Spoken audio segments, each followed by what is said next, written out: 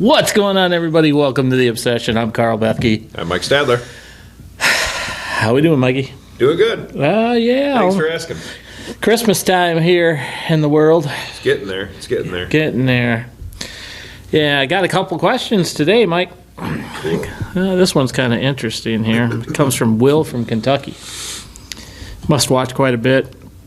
He says, sustaining a deer herd on your property in the different times of year. I've heard you guys talk about holding more deer than the property can sustain during the hunting season. How do you do it? Also, is it bad for the hunt or the deer if you have too many deer on the property during the season? Well, I suppose. Yeah, because he's probably going off of, when we talked about that one time, what properties are made to sustain. Yeah. In theory, or what a deer, or what one deer needs. Yeah, for a year. Yeah, to be on a property. For the year. Well, it's usually 8 acres.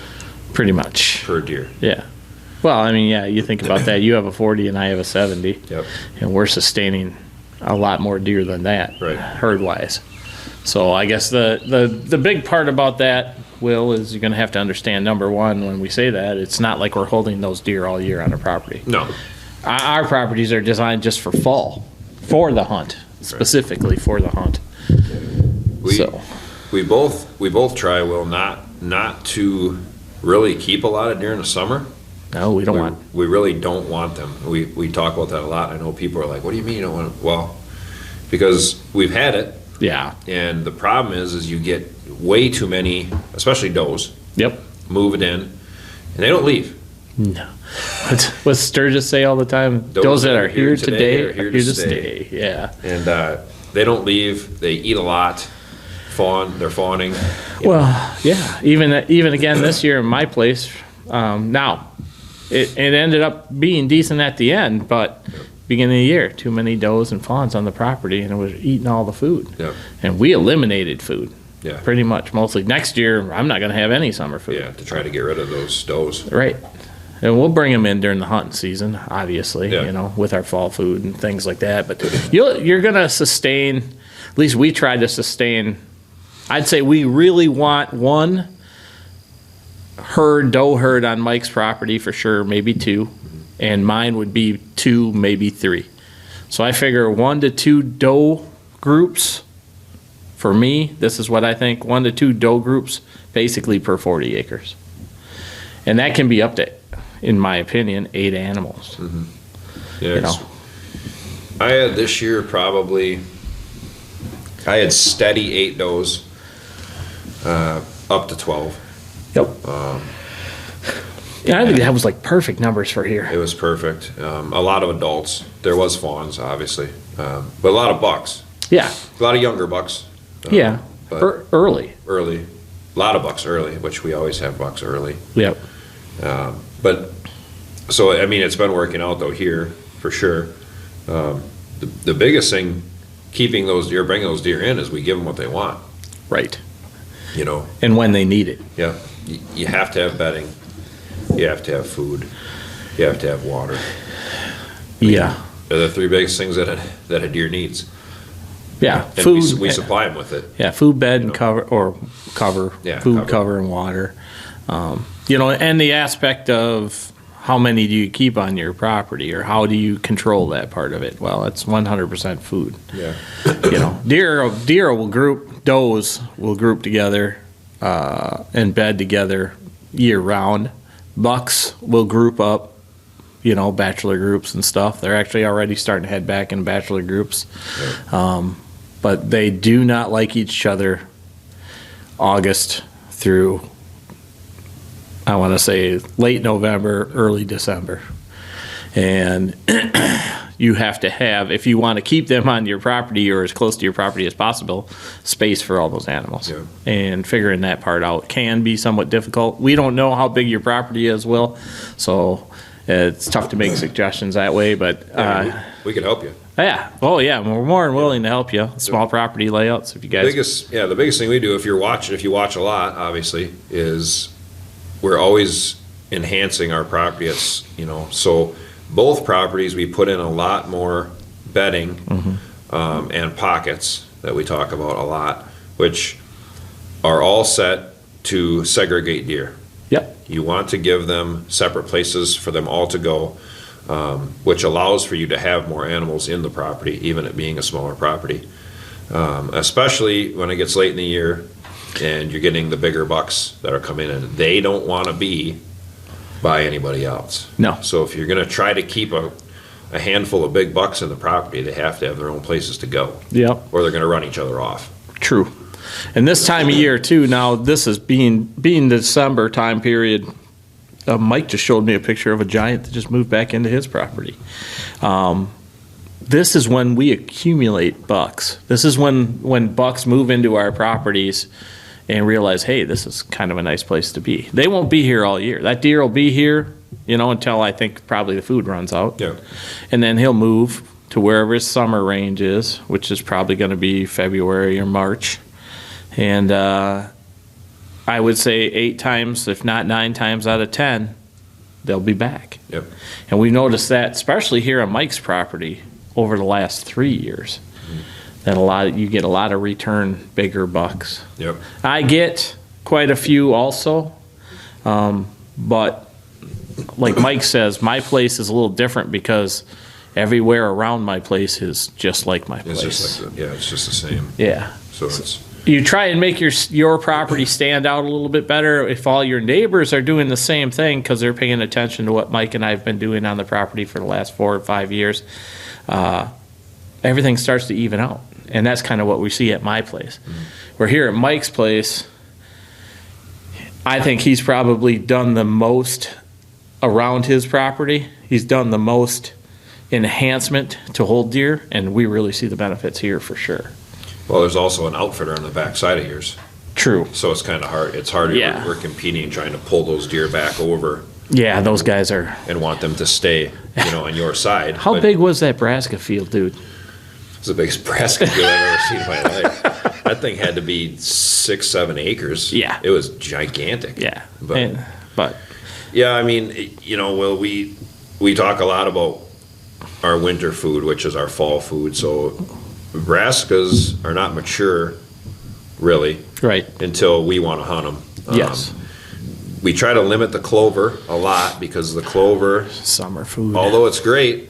Yes. I mean, clover is great, but it's summer food, and then you have all those does that start to congregate in there. Well, let's talk about food just a little bit. So, clover, you guys ask a lot. The guys will be talking to us about different types of food, different types of stuff they want to put on their property. And some guys have time to take care of crops, and some guys don't. Easiest crop to take care of, clover. Because all you have to do is mow it.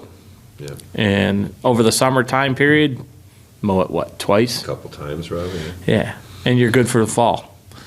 Problem being, too much clover, like Mike just stated, get too many does on the property. Yeah. So easy isn't always better, and depending on your location and what you're trying to do, you do have to spend more time for your food plots to be beneficial.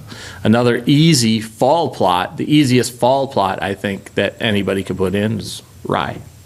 Yeah. Most sustainable food, I think, late. And easy to put in if you had droughts or things like that we've had, all of us in the Midwest have had over the last couple of years. That's important. Winter rye, cereal rye. Yep. Yeah. Obviously our corn. Right. Is only really, I mean, we use it a lot for cover too. Yeah. Structure. But it's for food. We just leave it. Yeah. Whatever we plant at my place or at Carl's place, we leave. Obviously, that's a late source to keep them in there because all the other crops come down, ours do not. Right. So, and if you watch a lot, we do a ton of, like we were talking about earlier, bedding enhancements. Yeah. To try to keep them, thermal cover coming in later, especially when the leaves are all falling down and the woods start to open up.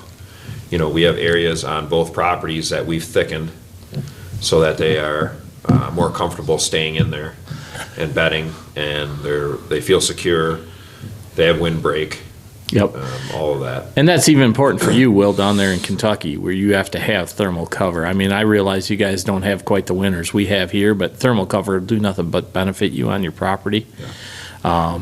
Plus, thermal cover is also, like Mike was saying, good thick cover for deer in general for bedding and keeping the segregations between the groups, sexual groups and age groups. Yep.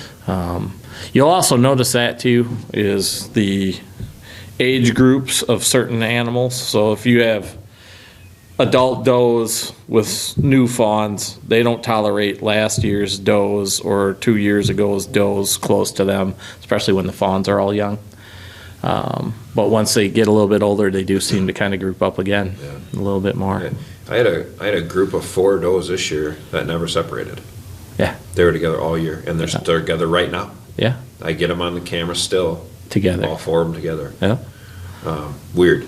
That is weird. And it was all year. It was through the rut. They were together. Huh. And that is weird. I don't know, and they're still here now. Yeah. Oh, that's kind of cool. So it's different. I'm not sure what's going on there. Yeah. And 2 of them were, 2 adults and 2 fawns. Really? And they never kicked them. Huh. It's the first time I've ever seen that. Yeah, I've never seen that. Usually they get them out. And I have pictures of bucks in with them, October, November, but it was weird. Real weird. Yeah, no, I think that, the big part of things, too, like you were saying, Mike, earlier, is the segregation part of things. So holding more deer on your property is 100% segregating your property into areas that we can, I want to basically have a bedding area and a food plot for each group. Sounds weird, but that's kind of how I want to do it. And the aspect of that is you can only have a certain amount of space designated for both of those, and space for you to get around and hunt on there without education. So remember this, more isn't always better when it comes to hunting. Yeah. Less is more. Yeah, less is more. More eyes and ears becomes an issue, and when the rut rolls in and you've got random bucks coming in and off the property, it's hard to hunt that area sometimes. Basically just due to the motion or movement of deer. So we do a lot of, you hear us preach about our east-west movements. So we set our properties up for east-west movement just because that's the way our land lays out with ridges and hillside and structure. If you have a flat area, it can be totally different, but you can set that movement up. Remember, whenever you're laying things out, you want to set up and control the deer movement to be successful.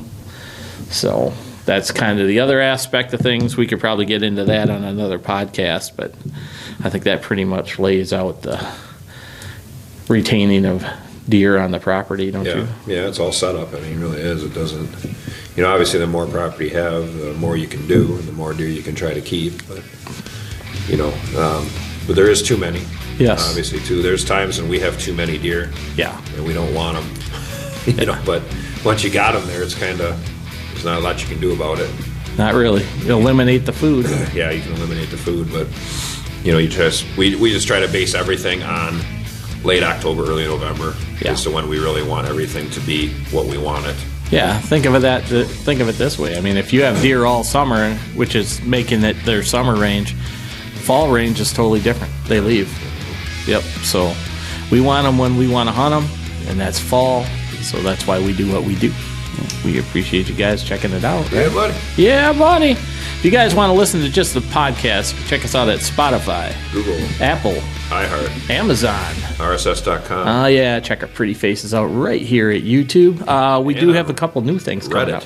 Reddit. Oh, that's true too. I forgot. Reddit. Just got that going. Reddit, Facebook. You guys will be able to check us out at a couple new podcast outlets coming up here in January. We'll be announcing those on the January show. We appreciate each and every one of you. Yeah, buddy.